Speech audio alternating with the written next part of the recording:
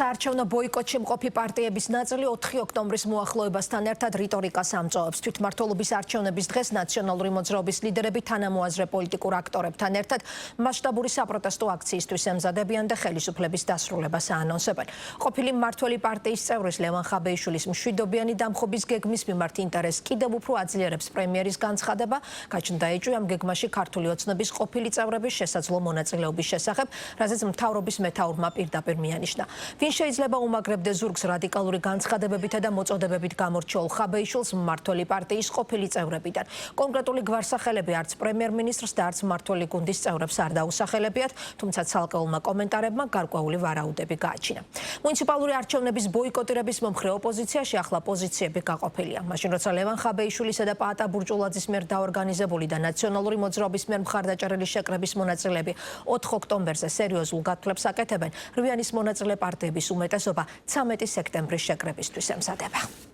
უიმედობა და ნიჰილიზმი. თუ გავტეხავთ დედას უტირებ. თუ აქ ალბათ ყველაზე მთავარია. თუმცა ოქტომბრის რევოლუციაზე მეოცნება ლევან ხაბეიშვილს ამ თუს გადატეხვის სჯერა. მით უმეტეს ახლა, როდესაც ხაბეიშვილის სასარგებლოდ მიღებულ პარტიის გადაწყვეტილებას ნაციონალური მოძრაობის ერთადერთი და უპირობო ლიდერი ვირტუალურად უკრავს ტაშს, თანაც დიდი სიხარულით. ძალიან გამიხარდა 4 ოქტომბრის აქციის ერთსულოვანი მხარდაჭერა ერთიანი ნაციონალური მოძრაობის პოლიტსაბჭოს მხრიდან. დავიდრე ხარობენ იმ პარტიაში, რომელმაც ბოლოს ტრადიციული საარჩევნო ხუთიანიც კი დაკარგა, წითელი პარტიის სამზადის მმართველი ლურჯი მაინცსა და მაინც დიდი შფოთვით არ უყურებს და რევოლუციური გეგმის წარმატების შანსები ნულამდე დახავს. თუმცა, როგორც ჩანს, ოქტომბრის რევოლუციის გეგმაში მაინც არის რაღაც ისეთი, რაც სახელისუფლებო პარტიას აფიქრებს. როგორც ჯერ კიდევ შაბათს პრემიერ-მინისტრმა თქვა, ეს ყოფილ თანაგუნდელთა კვალია ოქტომბრელთა ბანაკში.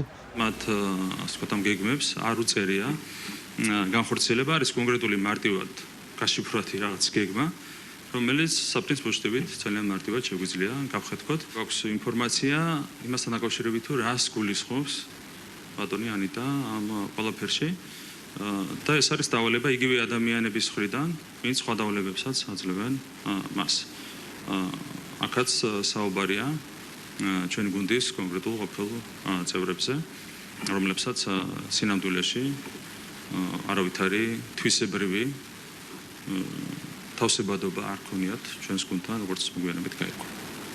ანუ ეს არის იგივე დავალებები. არა, არც ერთ გვარს რა თქმა უნდა არ ვიტყვი. არა, მე ზოგადად როდესაც ასე ხდება, მე სხვა გვარები შეიძლება მოიგითხოთ და შემდეგ არც ერთ გვარს არც ერთი ფორმით არ დავაკონკრეტებ. არც ერთი გვარი, არც პრემიერს და არც ქართული ოცნების რომელიმე სხვა წევრს არ დაუსახელებია. თუმცა პირდაპირ თუ არა ირიბად, მთავრობის მეთაურის ნათქვამი ისევ ნაციონალური მოძრაობის სახემ დაადასტურა. ამჯერად სოფო ჯაფარიძემ, რომელმაც ისევ 4 ოქტომბრისთვის სიურპრიზები დააანონსა. ობახიძე და ქართული ოცნება კიდევ ბევრ სიურპრიზს უნდა ელოდოს მათივე ყოფილი, შეიძლება ითქვას, თანაგუნდელებისგან ყველაფერს. ვერ ვისაუბრებთ ცხადია, მაგრამ ძალიან მალე ძალიან ბევრ სიურპრიზს უნდა ელოდონ სწორედ მათგან. თუ არ არსებობს ორმხრივი კავშირი, მაშინ რა იცის სოფო ჯაფარიძემ, ვინ ვისგან უნდა ელოდოს სიურპრიზს. ამ შეკითხვაზე პასუხისგაცემა დღეს ნაციონალური მოძრაობის კიდევ ერთმა სახემ სცადა, რომელმაც ჯერ დაახლოებით იგივე გაიმეორა, რაც ერთი დღით ადრე სოფო ჯაფარიძემ თქვა და შემდეგ შეკითხვაზე, საიდან ფლობენ ამ ინფორმაციას, პასუხად თქვა, რომ კულუარებიდან, ქართული ოცნების კულუარებიდან. კულუარებიდან არა, მაგრამ მმართველი პარტიის საჯარო რიგებიდან ამ თემაზე ბევრი საინტერესო რამი თქვა. ქართულ ოცნებას ბევრი ყოფილი წევრი ჰყავს, როგორც მაღალ, ისე საშუალო და ქვედარგოლში და თუ მოქმედ წევრთა ერთ ნაწილს მაინც უჭირს იმის დაჯერება, რომ ვინმე ყოფილი გუნდის წინააღმდეგ ხაბეიშვილის ხელით მოქმედებს, მაგალითად თენგიზ შარმანაშვილის კომენტარიდან რამდენიმე კრიტერიუმის გამორჩევა შეიძლება. წევრები, რომლებსაც პრემიერ-მინისტრი საუბრობდა, პარტიიდან არ წასულები, არამედ გაშვებულები არიან. აქვთ კავშირის საზღვარგარეთ და დანარჩენი გამოძიებამ უნდა თქვას. ადამიანები გუნდიდან იმიტომაც გავუშვეს და იმიტომაც გააგდეს, რომ სახელმწიფოს საწინააღმდეგო საქმეს ეწეოდნენ. ისინი ყველანი მხილებულები იქნებიან უცხოეთთან ისეთ კავშირებზე, რომელიც აზიანებს ძალიან საქართველოს.